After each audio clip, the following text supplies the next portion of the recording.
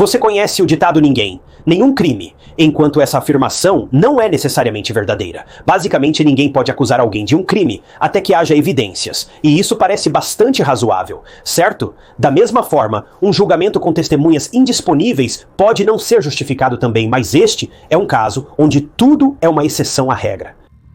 Bem, pelo menos alguns deles. Quando uma jovem mãe desaparece sem deixar rastros, literalmente, a polícia não sabe o que fazer ou onde procurar. Ela se ausentou voluntariamente ou fugiu de algum lugar. Ou algo aconteceu com ela. Bem, isso foi até que uma certa pessoa foi questionada, e outro acidente que se transformou em homicídio foi descoberto quando as coisas finalmente se alinharam. O caso de Stacy Peterson está repleto de mistério, ocorrências bizarras e um número perturbador de reviravoltas inesperadas.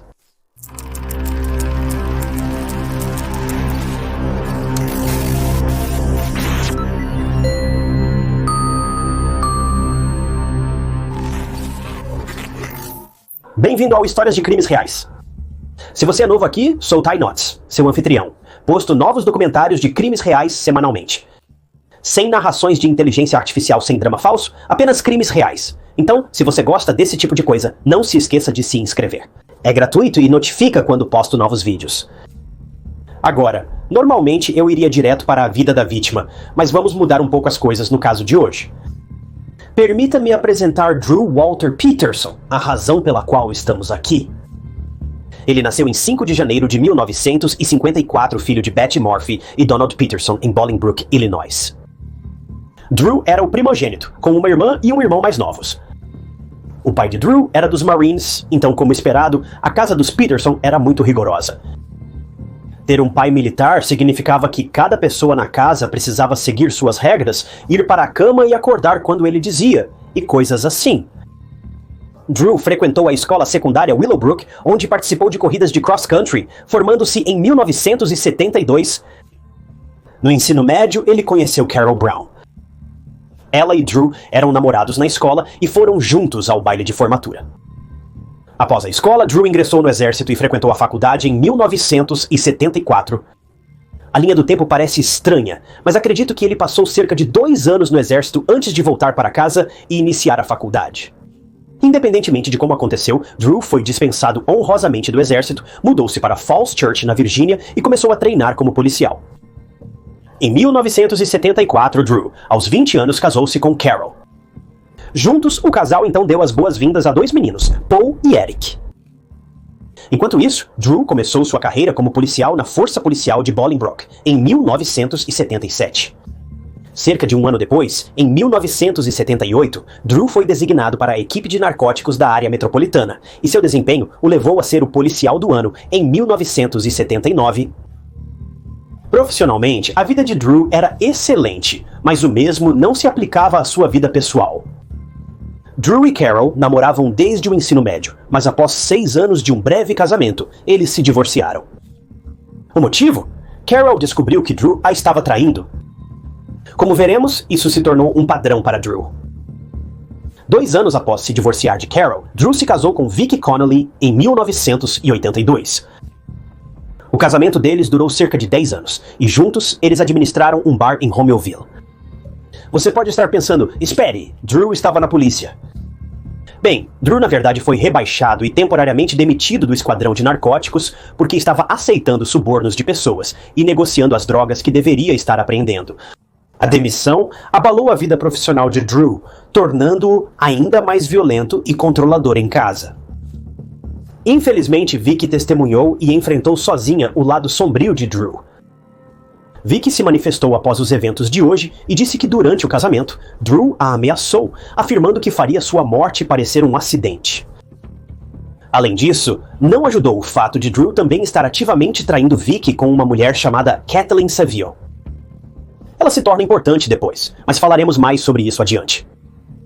Quando Vicky descobriu sobre o caso de Drew em fevereiro de 1992, eles se separaram. Depois de 2 casamentos fracassados e um rebaixamento, Drew perseguiu sua amante Kathleen. Poucos meses após se divorciar de Vicky, Drew e Kathleen se casaram em 3 de maio de 1992. Kathleen, conhecida como Kitty, era contadora quando conheceu Drew. Após o casamento, teve 2 filhos, Thomas em 1993 e Christopher em 1994. O casamento deles durou cerca de 11 anos, e o casal morava junto com seus filhos na rua Pheasant Chase, número 392, em Bolingbroke. Avançando um pouco, Kathleen e Drew também se divorciaram porque, surpresa, surpresa, Drew também a traiu. O divórcio deles foi finalizado em outubro de 2003, mas os acordos financeiros ainda estavam para ser finalizados.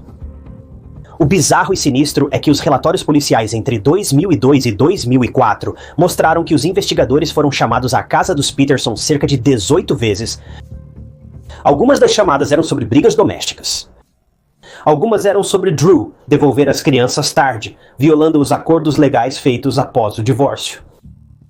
Ainda assim, Drew era muito controlador, abusivo e manipulador com Kathleen, e porque ele era um policial, infelizmente ele se safava ao aterrorizar Kathleen quando ela era sua esposa.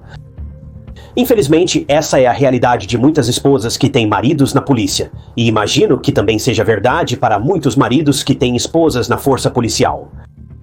Kathleen conseguiu uma ordem de proteção contra Drew, mas isso não o impediu de atormentá-la. Após o divórcio de Kathleen e Drew, ele queria se casar com sua próxima amante, Stacey Ann Kalis, de 17 anos, com quem ele se relacionou durante o casamento com Kathleen. Drew, um homem com o dobro da idade dela, agora se envolvia com uma adolescente. Lembre-se, ele era um policial, mas claramente ele achava que as regras não se aplicavam a ele. Stacey nasceu em 20 de janeiro de 1984, filha de Anthony e Christy, em Downers Grove, Illinois, e teve uma criação desafiadora. Ela era uma de 6 irmãos, 5 irmãs e um irmão. Tragicamente, antes do nascimento de Stacey, sua irmã Jessica morreu em um incêndio na casa da família Kalis. Também não ajudou que os pais de Stacey eram muito voláteis e brigavam constantemente após a morte de Jessica. Stacey também presenciou uma de suas outras irmãs, Lacey, falecer de SIDS. Nesse momento, Stacey e as outras crianças tiveram que se virar por conta própria. Os pais de Stacey os negligenciaram e, posteriormente, Christy, a mãe e esposa, desapareceu por motivos desconhecidos. O pai de Stacey, Anthony, pediu o divórcio e obteve a guarda total dos filhos, mas enfrentava problemas com alcoolismo, o que dificultava cuidar adequadamente das crianças. Certo dia, Stacey e seus irmãos perceberam que sua mãe, Christy, havia sumido e nunca mais foi encontrada.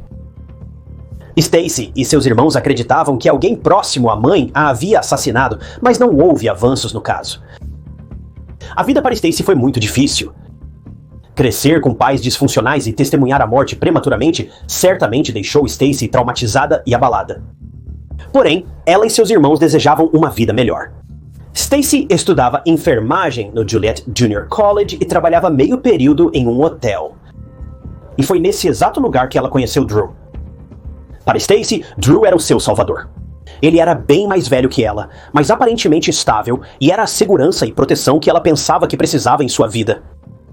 O pai de Stacey, Anthony, também conhecia Drew. Apesar de Stacey ser adolescente, seu pai permitiu que ela namorasse Drew, quase 30 anos mais velho. O fato por si só é terrível, mas o pai dela provavelmente pensou que se ela namorasse um policial, estaria segura. Ou isso, ou ele simplesmente não poderia ter se importado menos. Não tenho certeza de qual é mais provável neste ponto. Para piorar, Stacey engravidou do filho de Drew quando ele ainda era legalmente casado com Kathleen. O bebê nasceu e foi nomeado Anthony. Após o divórcio de Kathleen ser oficializado, Stacey e Drew se casaram em 18 de outubro de 2003 em menos de uma semana. Eles viveram juntos com todos os filhos de Drew na 6th Pheasant Chase Court em Bolingbroke, a menos de 1 quilômetro da antiga casa de Kathleen e Drew. Tudo parecia estar indo bem por um tempo. Drew encontrou uma bela nova esposa, teve mais um filho e as coisas pareciam perfeitas. Mas nem tudo era o que parecia.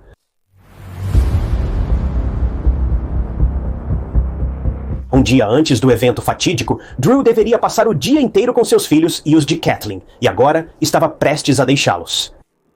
Mas quando chegaram à casa e bateram, Kathleen não atendeu a porta.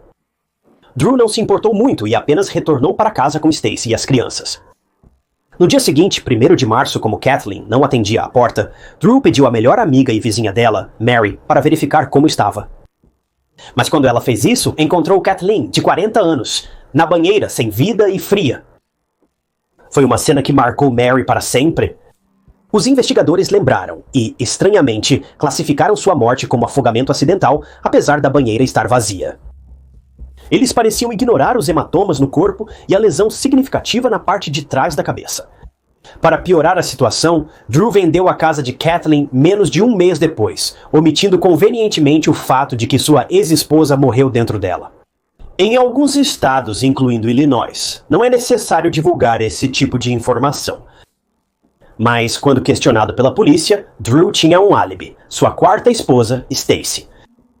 Ele passou o dia inteiro com ela e as crianças, então não poderia ter tido envolvimento na morte de Kathleen. Então, sem qualquer explicação, Kathleen foi sepultada, e sua morte foi um evento assustador e misterioso na comunidade. Tudo foi rotulado como acidente estranho, e foi basicamente o fim do caso.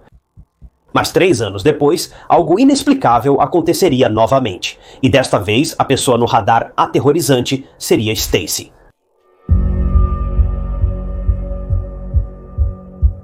Em 2007, Stacey, de 23 anos, quase concluía a enfermagem, mas desapareceu um dia em outubro. Foi sua irmã Cassandra que a reportou como desaparecida em 29 de outubro. Stacey tinha planos com Cassandra no dia 28 de outubro para se encontrarem e ajudá-la a pintar sua casa. Stacey visitou Cassandra em 27 de outubro, saindo por volta das 11h30 da noite, mas não antes de dizer à sua família que queria se divorciar de Drew. Depois de ser dada como desaparecida, a polícia se envolveu e houve grandes buscas por Stacey. Ela era mãe e estava feliz por concluir o curso de enfermagem. Não abandonaria seus filhos e família a menos que estivesse com medo de algo ou alguém. A comunidade inteira buscou por Stacey. Cartazes de pessoa desaparecida foram espalhados e as pessoas fizeram buscas de porta em porta por informações. Mas Drew pensava diferente dos demais. Na verdade, ele afirmou que Stacey o chamou do aeroporto de Bolingbrook e disse que estava deixando ele e as crianças por outro homem. Curiosamente, o Pontiac Grand Am do ano 2000 de Stacey foi achado abandonado justamente nesse aeroporto. Na casa e no carro faltavam apenas o maiô, dinheiro e o passaporte da Stacey. Drew estava convencido de que Stacey estava dançando com outro homem. Ele também não cooperou muito durante a investigação e as buscas. Após um mandado de busca, os investigadores confiscaram as armas de fogo, computadores e telefones de Drew, mas nada encontraram. Foi quando a morte de Kathleen também voltou aos holofotes. Muitos estranharam que uma das esposas de Drew morreu misteriosamente, e agora a outra desapareceu sem explicação. Muitas pessoas não estavam satisfeitas com isso. Drew também não ajudou, pois dava entrevistas como uma estrela de cinema para todos os lados, afirmando sua inocência e aparentemente aproveitando seu tempo sob os holofotes. Mas vamos ser realistas, se ele não tinha nada a esconder, e supostamente não tinha, então eu não acho que seja muito incomum para alguém como Drew aproveitar um pouco da fama local. Drew rapidamente se tornou o principal suspeito no desaparecimento de Stacey e na morte de Kathleen. Para reforçar essa afirmação, o corpo de Kathleen foi exumado e uma nova autópsia foi realizada. Desta vez, as lesões de Kathleen não condiziam com um acidente após 2 autópsias separadas. Uma conduzida pelos detetives e outra pela equipe de investigação privada da família. Os resultados foram claros. A causa da morte de Kathleen foi afogamento, mas não acidental. Ficou evidente que houve uma luta antes, e a cena foi encenada para simular um acidente. A banheira foi preenchida com água, mas esvaziada lentamente, por isso estava vazia quando Mary descobriu Kathleen. Mas de forma irritante, o legista, que inicialmente declarou a morte de Kathleen como um acidente, era amigo de Drew, e ele convenceu os jurados de que Drew não era um homem violento e que ele não machucaria ninguém. O legista provavelmente declarou a morte de Kathleen como acidente deliberadamente, mesmo possuindo evidências contrárias. É assustador pensar no quão influente Drew era, mesmo após sua demissão da força policial. Logo depois, um pastor na igreja de Stacey também veio a público com uma revelação arrepiante. Ele disse que antes de Stacey desaparecer, ela havia lhe confidenciado algo. Segundo o pastor, Stacey afirmou que Drew matou Kathleen e fez parecer um acidente, e que ela temia por sua própria vida. Stacey também contou ao pastor que na noite antes de Kathleen ser encontrada, Drew chegou em casa de preto, com uma bolsa cheia de roupas femininas, que ele colocou para lavar. Então ele se virou para Stacey e a advertiu para contar aos investigadores exatamente o que ele diria. Isso aprofundou ainda mais o caso e provou que Drew tinha um motivo para tirar Stacey da cena. Cassandra também veio a público e disse que Stacey não estava feliz em seu casamento com Drew e que ela queria se divorciar, mas Drew não aceitava. Cassandra também disse que Stacey previu que se algo acontecesse com ela, seria obra de Drew, e agora ela se foi. Outra pessoa veio a público com algumas informações arrepiantes e era nada menos que o meio-irmão de Drew, Thomas Morphy. Ele estava, na verdade, no hospital porque tentou tirar a própria vida. Por quê? Bem, porque ele tinha certeza de que ajudou Drew a se livrar do corpo de Stacey. As coisas ficaram intensas muito rapidamente. Veja, Thomas contou à polícia que Drew o chamou para ajudá-lo a mover um grande barril de óleo azul para o seu carro na noite em que Stacey desapareceu. Thomas não sabia o que tinha dentro, mas disse que estava quente ao toque. Alguns vizinhos também vieram a público e disseram que viram Drew arrastando um grande barril para fora da casa e para o seu carro por volta das 10 da noite, depois que Stacey havia desaparecido, e tudo isso foi capturado por câmeras de segurança.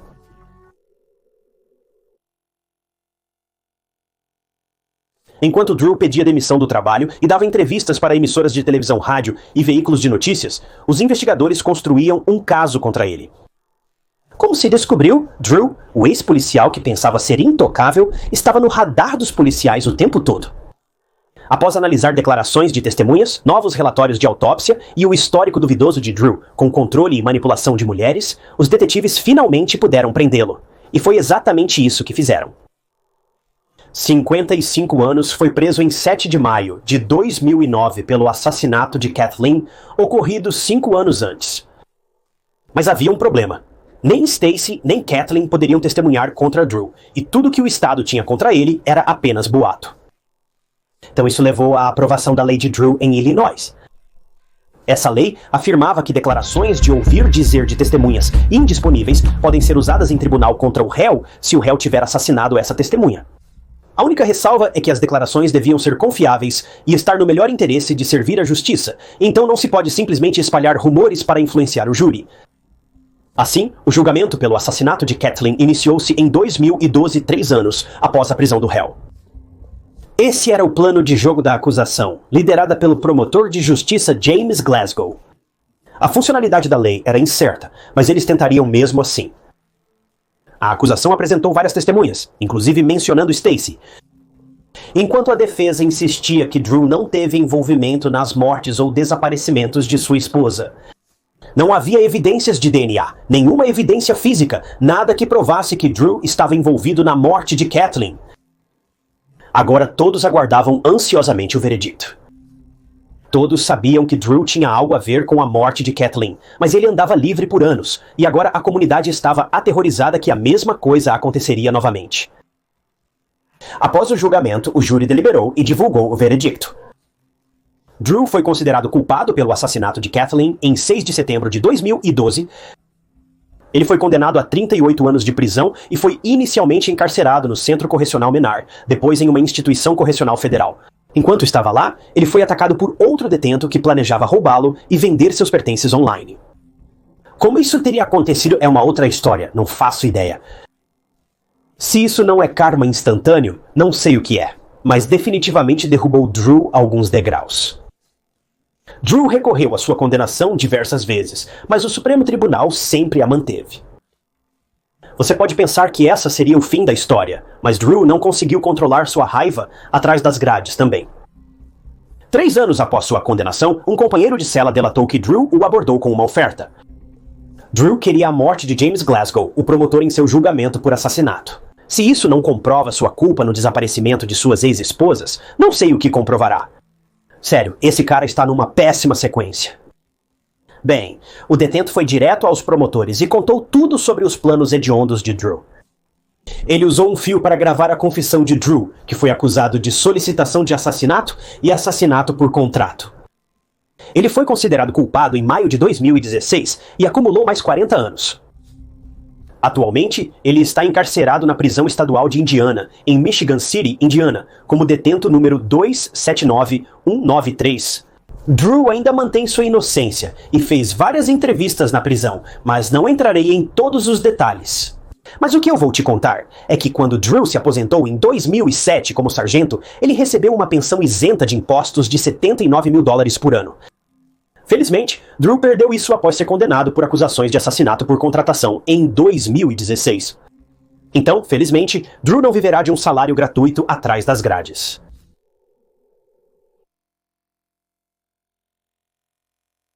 Então, Kathleen recebeu justiça, mas temos que lembrar que Drew foi apenas condenado pelo assassinato dela, não de Stacy.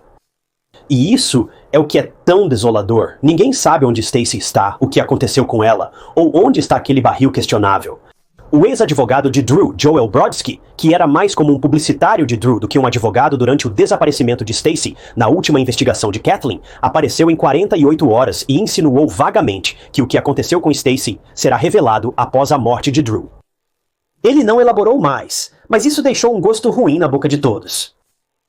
Em maio de 2022, Joel veio a público expressando a necessidade de expor informações sobre Drew que estavam protegidas pelo privilégio advogado-cliente. Cassandra, irmã de Stacy, teve sentimentos conflitantes sobre isso. Ela acredita que essa informação poderia decifrar o código do caso não resolvido de Stacy. Mas Joel está sob uma ordem de mordaça contínua para não revelar nenhuma informação confidencial sobre ou relacionada a Drew. Isso também faz com que outros questionem se Joel realmente possui essa informação ou se está apenas buscando prestígio. Mas Cassandra ainda tem esperança de que a informação ajudará a resolver o caso de sua irmã e talvez encontrá-la para dar um adeus pacífico. Mas falando em encontrar Stacy, Cassandra tem tentado ao máximo encontrar sua irmã desde que ela desapareceu. Ela é a única pessoa que tem procurado ativamente por Stacy desde 2007, e ela usou muitos recursos para tentar descobrir onde Stacy está e trazê-la de volta para casa. Ela criou uma página no Facebook para buscar sua irmã e uma campanha no GoFundMe para recuperar os restos mortais de Stacy. Recentemente, em abril de 2024, Cassandra acredita que encontrou os restos mortais de Stacy em um canal em Illinois. A equipe de Cassandra usou sonar para localizar um corpo em um canal que foi reduzido, após conversar com várias testemunhas. Cassandra também controla este corpo misterioso desde 2009. Recentemente, um vídeo compartilhado no Facebook para Stacy mostrou imagens de restos mortais recuperadas por um veículo operado remotamente neste leito de rio. Após modificação e limpeza da imagem, um crânio, caixa torácica e ossos da perna inferior podem ser identificados. Cassandra informou as autoridades sobre essa descoberta em 2008, mas os investigadores basicamente a ignoraram e não tentaram recuperar os restos mortais. Isso forçou Cassandra a fazer esforços contínuos para aprimorar os métodos de recuperação dos restos mortais submersos. Ela alugou equipamentos de alta qualidade do Alasca e até voltou aos investigadores novamente, e desta vez a polícia verificou a área, mas não encontraram nada além de uma rocha, e o resto da área foi liberado. Isso convenceu Cassandra de que os investigadores não agiriam sobre suas descobertas, provavelmente por serem amigos de Drew. Por isso, ela iniciou uma página no GoFundMe para arrecadar fundos para equipamentos melhores e mergulhadores para recuperar o que o veículo operado remotamente encontrou no canal. Este seria um ótimo caso para aventuras com propósito se envolverem. Eu poderia contatá-los para ver se têm interesse. E vocês também podem fazer o mesmo. Já se passaram 17 anos desde o desaparecimento de Stacy, e Drew, mesmo preso, precisa ser responsabilizado se a prejudicou e causou seu fim prematuro.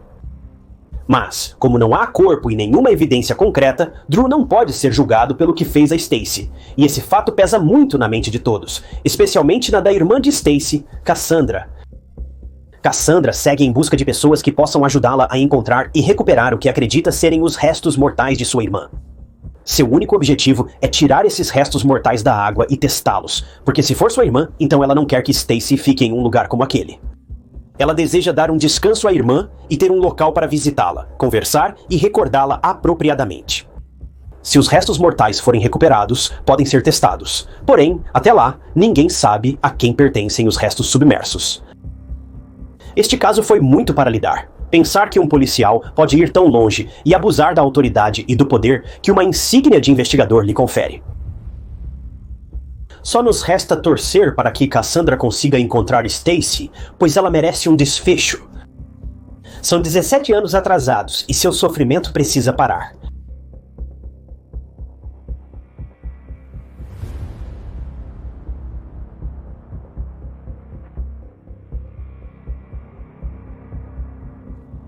Obrigado por acompanharem mais um episódio de Histórias de Crimes Reais. Eu queria agradecer especialmente a alguns membros do canal, incluindo Connie Weber Marx e Nicole Domingues. Torne-se membro do canal para acessar novos vídeos com antecedência de dias ou semanas antes do lançamento ao público. É uma ótima forma de apoiar o canal e ajudar. Agradeço muito àqueles que decidiram fazer isso. Para participar, clique no botão abaixo do vídeo ou acesse o link na descrição. Uma observação: sei que muitos de vocês são novos membros do canal e estão esperando que seu nome seja mencionado em um vídeo como este. Prometo que chegarei a cada um de vocês. Tenho uma lista considerável de nomes para mencionar, já que só estou citando cerca de 2 por semana. Pode levar algumas semanas, mas com certeza chegarei até você se for um membro pago do canal. Não se esqueça, as camisetas do True Crime Stories estão disponíveis agora. Você pode pegá-las no link na descrição. Se gostou deste vídeo, confira outro caso interessante que cobri. Inscreva-se no canal. É gratuito e mantém você atualizado com meus futuros vídeos. Mas meu nome é Ty Notts e eu vejo vocês na próxima.